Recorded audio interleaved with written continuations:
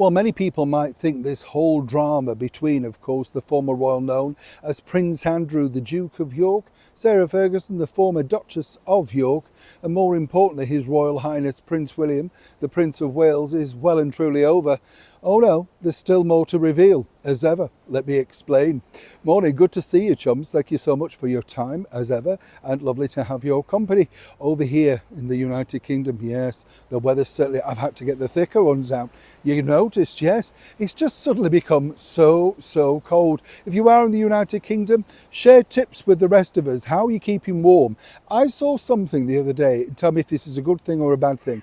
I think it was on, sort of one of those social media posts, and it was where a woman was putting cling film just inside the window, and then she pulled it down, and there was a bit outside as well. And I thought, okay, does that work? Is that just one of those things that you see online, sort of thing you see online, and you think, does that work? What are your best tips? Is it things like sticking your feet in the oven, not cooking them obviously, but do you know what I mean, just making sure you keep nice and toasty warm?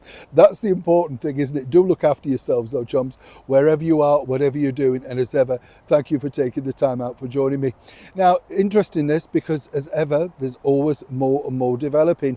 Whether you like the former royal known as Prince Andrew, the Duke of York, or not, you could honestly say that he's lost it all. What a start out, And it's interesting because talking to people behind the scenes, apparently the Duke of Edinburgh, Prince Philip, felt, again, I have to say allegedly, that the late Queen was in fact too soft with Prince Andrew. Now, of course, we all know the story about how apparently Prince Charles and, of course, the Duke of Edinburgh, Prince Philip, locked horns about schooling and stuff like that. But apparently he felt this was very good for the growing effect, if you like, whatever you want to call it.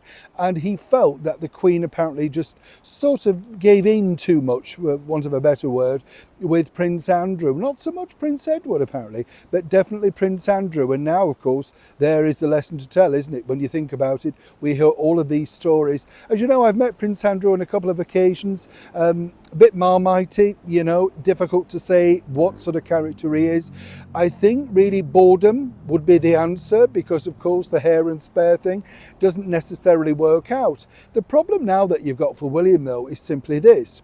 I can tell you from an excellent source that William in fact does agree with Prince Andrew on this particular topic, and that is that he doesn't believe that he should be stripped of all of those medals, army titles, whatever, Royal Navy medals that he received during his time in the Falklands War. He thinks that's a step too far. That's a totally independent situation and nothing to do with what the story is around here right now. And that's interesting, isn't it? Because obviously you can understand that William, in my opinion, is looking at this very pragmatically and saying, well, it's all very well, but how much more do you want to take away from a person? And these are individual cases. Andrew, as we know, did in many people's eyes a sterling job while based out and helping, of course, with the atrocities that happened at that point with the Falklands War. I remember it from school, and it was seen as a very big thing, you remember? And when he returned back, even Her Majesty the Queen was there quayside to meet him. So it was a big story. William doesn't want that to happen. Remember, you heard that here first. Whether that does or not is another story. The other side of the thing is that now over in Sandringham, which of course is the royal home for the royals in that particular area, a wonderful place is Norfolk, by the way. If you've never been, absolutely gorgeous part of the world. Warm, friendly people, let me tell you. But apparently now they've all been writing letters in secret, some of them, and more direct in others, to the palace, to Kensington Palace, Buckingham Palace, basically saying that they don't want Prince Andrew there. Now, again, there's two sides to this, and this is why I like our channel and we can share it with each other. Really, he's going to be on a private estate, very much behind closed doors. It's not like you're going to see him tapping on the till in Tesco's or Aldi, So there's that level where you think, oh, come on, this is now just picking on someone because it's great news. And consequently, of course, many of the mainstream news broadcasters have gone along to there saying, what do you think? Should Andrew, it's just childish. Move on from that. that. Now, of course, all of this could sway anything inside the palace because they don't know if they've gone far enough yet to stop the negativity of the monarchy. According to a source, King Charles is very concerned about how this feels, looks and is playing out now, literally in the public domain. How does it feel? Whatever is now the next phase. I think William, obviously, as you can understand, is taking control of this. Currently out, though, in Brazil promoting his Earthshot Prize, so he's a little bit distracted from that. And as you can imagine, no one is allowed to mention or indeed discuss any particular instance regarding this ongoing royal crisis. But of course, there's always this.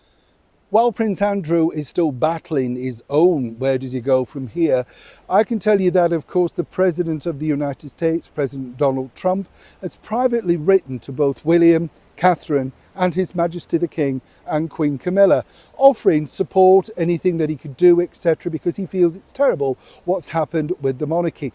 Whether you like Trump or not, you know, President Trump has been a huge supporter of the monarchy, and this is an important factor on the world stage, because over here, as you can imagine, we have a current British Prime Minister that is anti-monarchy.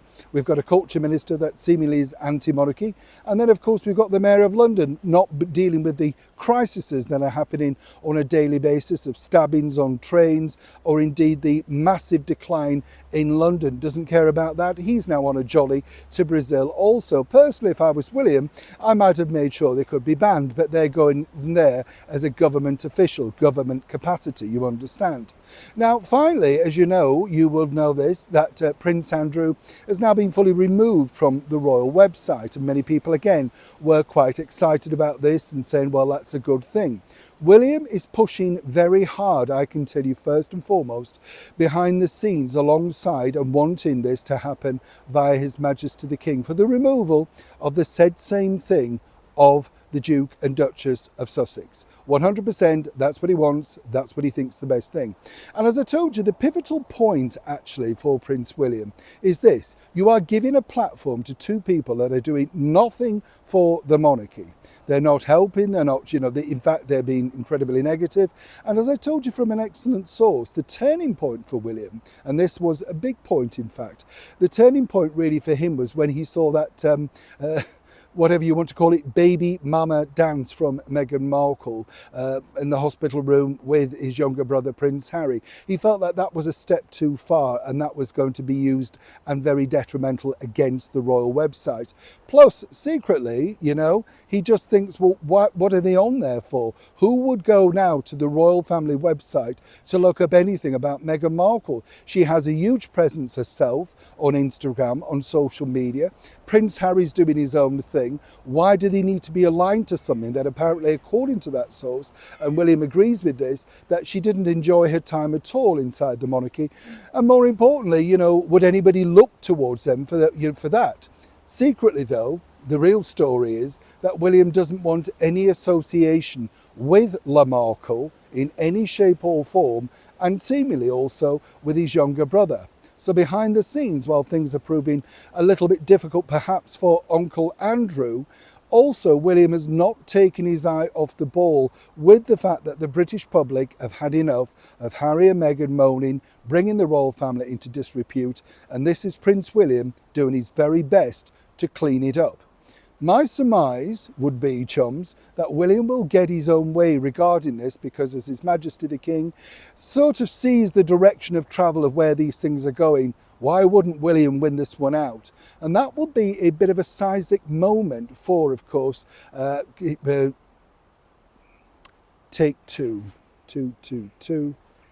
And that will be a seismic moment, in fact, for Meghan and Harry, because their removal, particularly for Prince Harry, will come very hard. And one suspects that's exactly what the Prince of Wales, His Royal Highness Prince William, would very much like. As ever, chums, it's a developing story. When I know more, you'll know more. Neil Sean, Kensington.